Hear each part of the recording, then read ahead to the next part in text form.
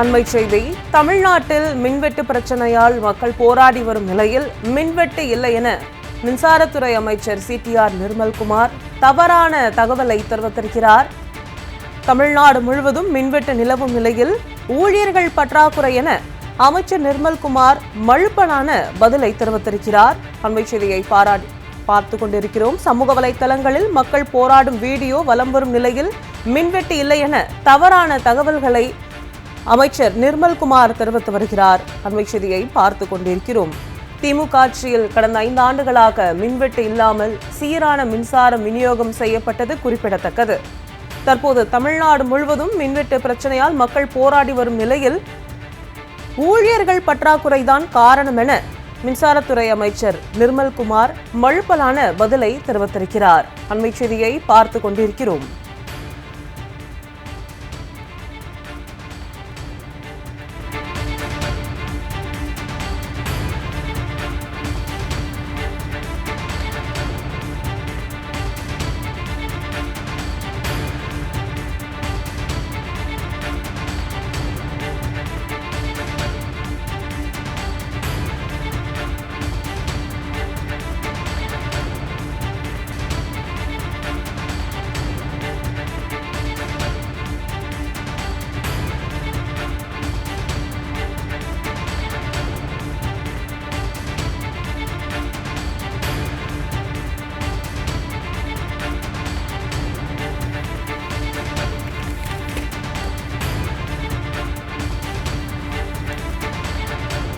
அண்மை செய்தியை பார்த்து கொண்டிருக்கிறோம். தமிழ்நாட்டில் மின்வெட்டு பிரச்சனையால் மக்கள் போராடி வரும் நிலையில் மின்வெட்டு இல்லை என அமைச்சர் CTR நிர்மல்குமார் பொய் தகவல்களை தெரிவித்திருக்கிறார். தமிழ்நாடு முழுவதும் மின்வெட்டு நிலவி வரும் நிலையில் ஊழியர்கள் பற்றாக்குறை என அமைச்சர் நிர்மல்குமார் மழுப்பலான பதிலை தெரிவித்திருக்கிறார்.